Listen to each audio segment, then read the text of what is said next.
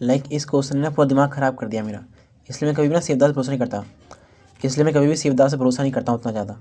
तो यहाँ पे क्वेश्चन था, ये वही वाला क्वेश्चन है जैसे जैसे पिछली वीडियो में किया था हमने, और इस पर लिखा है कि मिनिमाइज़ कर दो। और मुझे शक हुआ कि ऐसे क्वेश्चन में मिनिमाइज़ बहुत कम ही आता मोस्टली मैक्सिमाइज़ ही आता है इसमें, ऐसे क्वेश्चन में अब लिखा हुआ मिनिमाइज़। तो ठीक है, अब फिर मैंने जब पहला पॉइंट, फिर मैंने टेबल ना कंप्लीट कर दी। मैंने पहला पॉइंट पढ़ा, कंप्लीट टेबल कर दी थी मैंने, test whether solution is optimal or not. तो ऑप्टिमल नहीं आया सोल्यूशन मेरा, then find out the optimal solution. अब मैंने सोचा अच्छा नहीं आया तो नहीं, ऐसा हो सकता है कि नहीं आया होगा, फाइंड करने को कह रहे होंगे। तो मैंने उस टेबल को फर्दर सॉल्व करना स्टार्ट कर दिया। अब मैं करे जा रहा हूँ ऑप्टिमल सोल्यूशन आ ही नहीं रहा, मैं करे जा रहा हूँ सॉल्व, आ ही नहीं रहा ऑप्टिमल सोल्यूशन। फिर ना मैं उससे हुआ कि क्वेश्चन गलत लिखा नहीं है शिवदास में। फिर मैंने और चेक किया ना, देखो सेम क्वेश्चन फिर मुझे मिला, और चेक करने में सेम ही क्वेश्चन है, सब कुछ सेम है, लिखा हुआ मैक्सिमाइजेशन। बताओ, सेम ही लिखा हुआ है, मतलब सेम ही क्वेश्चन है, मैक्सिमाइज लिखा हुआ है। तो ना मे भी हो सकता है मिनिमाइज का क्वेश्चन आ जाए, मे भी हो सकता है आ जाए मिनिमाइज का क्वेश्चन। इसलिए ना या तो क्वेश्चन थोड़ी सी गड़बड़ है, हो सकती है हो, बिकॉज ना अगर लिखा है बताओ ऑप्टिमल है कि नहीं, बस इतना ही पूछते हैं नॉर्मली, ये नहीं पूछते कि ऑप्टिमल बताओ कि ऑप्टिमल सोल्यूशन क्या होगा, निकाल के दिखाओ।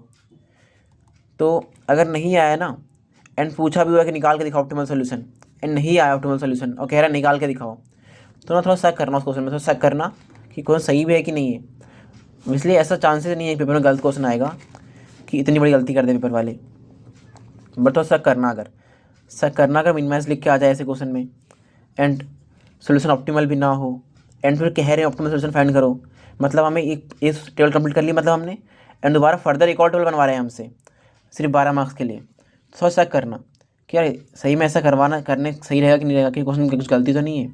तो शक करना इस क्वेश्चन में, ऐसे क्वेश्चन जब भी आए ना एग्जाम में कि मिनिमाइज आ जाएगा एंड सोल्यूशन भी ऑप्टिमल नहीं आया, एंड कह रहा है फाइंड आउट ऑप्टिमल सोल्यूशन, तो रुक जाना कि कुछ क्वेश्चन गलत तो नहीं है कहीं, तो इस जगह छोड़ सकते हैं। बिकॉज ऐसे क्वेश्चन में ना हमको आइडिया हो जाता है कि हाँ 2 पेज में तो हो जाएगा पूरा क्वेश्चन, तो जगह छोड़ सकते हैं एंड आगे बढ़ सकते हैं।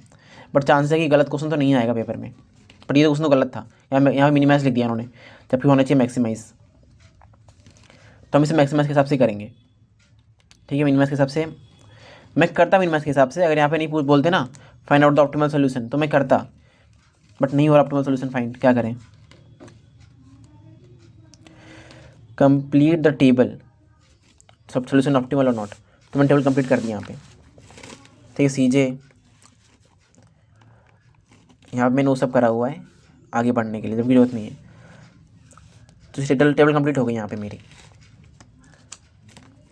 बिकॉज मैं मैक्सिमम हिसाब से कर रहा हूँ ना। तो yes the solution is optimal because all the entries in CJ minus Z0 are either 0 or negative, इसलिए मैक्सिमाइजेशन केस में मैंने उसे ऑप्टिमल मान लिया। इज द सोल्यूशन फिजिबल, तो मैंने क्या बताया था, ऑप्टिमल है तो फिजिबल होगा, तो फिजिबल भी है। It is case of multiple solution, check करते हैं हमारी बेसिक वैल्यू क्या है, x1 x2 s3, तो कौन से नहीं है, s1 s2 नहीं है। सीजे माइनस Z में 0 है नहीं, दोनों 0 नहीं है, तो मतलब अल्टरनेट सोल्यूशन नहीं होगा।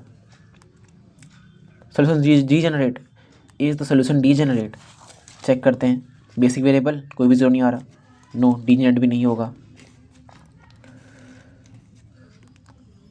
ऑप्टिमल प्रोडक्ट मिक्स, अच्छा हमसे आंसर पूछ रहा है, तो answer will be optimal products mix is x1 100/3 200/3 x3 0, profit contribution will be 2200/3। Basically ये रुपीज़ लिखना भूल गया क्या मैं, ये लिखा हुआ रुपीज़, हाँ रुपीज़ लिखना बहुत जरूरी है प्रॉफिट में, प्राइस चीज़ों में, वरना आधे मार्क्स कट हो जाएगा। सोचेंगे बच्चे के 100 मार्क्स आ रहे हैं, पूरे 100% आ रहे हैं, कहीं ना कहीं मार्क्स काट लेता हूँ, तो ऐसी चीज़ें खोजते हैं फिर वो लोग। विच रिसोर्सेज, अच्छा जैसी बात है ना फुल यूटिलाइज़ की, तो इतना याद रखना हमें चेक करना है स्लैक वेरिएबल को, बिकॉज स्लैक है ना, हाँ स्लैक वेरिएबल चेक करना है सॉल्यूशन कॉलम में, which are not and to what extent. Slack variable मैंने चेक किया पहला x3, तो इसका ये 100 अनयूज आ रहा है, 100 यूनिट्स अनयूज आ रही हैं, एंड S1 एंड S2 इसमें है ही नहीं, मतलब वो दोनों 0 हो गए, मतलब उसमें कोई भी अनयूज चीज़ नहीं आ रही। तो हम कह सकते हैं विच फुल यूटिलाइज रिसोर्स। अच्छा S1 S2 किसका था, S1 S2 है हमारा, हाँ x1 एंड x3 का, x1 का S1 है, x2 का s2 है, तो हम basically we can simply write resource represented by x1 and x2 are fully utilized and s3 is not fully utilized from the extent of 100 units. यहाँ मैंने पहले लिख दिया था मिनिमम समझ के, बट ये स्लैक है, नॉट फुल्ली यूटिलाइज, इसे काट दो बस। 100 यूनिट्स S1 S2 ऐसे लिख सकते हैं। ये गड़बड़ हुई चक्कर में, इसे मैंने मिनिमाइज समझ लिया था। फिर आगे पढ़ते हैं। सीरीज़ की वीडियोस ना 1 बाय 1 ही देखना। ये क्वेश्चन 2 है, क्वेश्चन 1 मैंने पहले अपलोड कर चुका हूँ।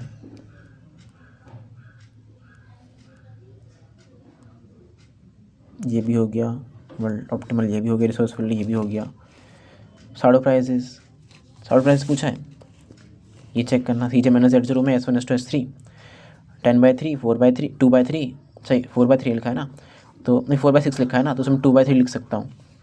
10/3 2/3 and 0। So we can write shadow prices are, because ये प्राइस है तो नेगेटिव नहीं हो सकता, 10/3 2/3 0 रुपीज़ रिस्पेक्टिवली।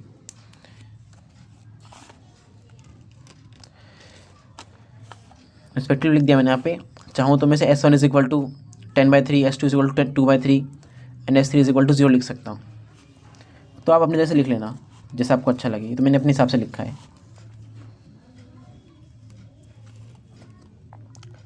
ये भी हो गया। एंड हो सकता है मुझसे भी कुछ गलतियाँ हो जाए यहाँ पर, बट मैं ऑल तो पूरा वेरीफाई करता हूँ कुछ गलती मुझसे ना हो। तो आपको जब भी हल्का सा शक लगे ना कि यहाँ पे कुछ गलती तो नहीं कर रहा है सूरज, तो फिर आप you can ask in comments, हल्का सा भी शक हो तो। वैसे मैं सब कुछ वेरीफाई कर लेता हूँ 2-3 बार कि गलती ना हो कुछ भी। If the capacity is to be expanded which of 3 resources should be given priority. So पिछली वीडियो हमने देखा था कि एक एडिशनल को बढ़ाने का कॉस्ट को हम साड़ो प्राइस कह देते हैं। जब पूछे कि हाँ एक एडिशनल बढ़ाना तो कितना, तो लिख देंगे साड़ो प्राइस। पिछले वीडियो हमने ये देखा था।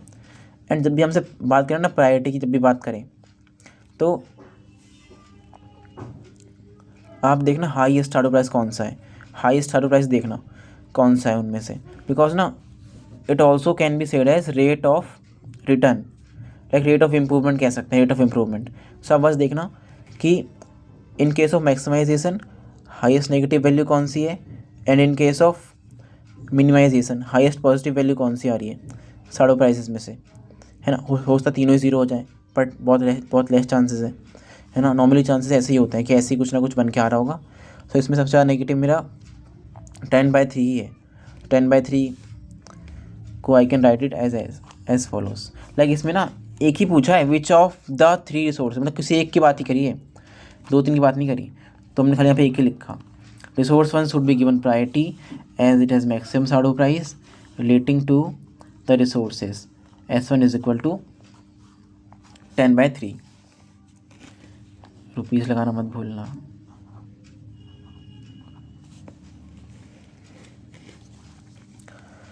Then are last point, if a customer is prepare to pay higher X3 how much should, अरे तो बताया था पहले ही कि अगर उसने X3 का एक और हमने बनाया तो हमारा लॉस इतना हो जाएगा, है ना, 2.7 का लॉस हो जाएगा हमारा।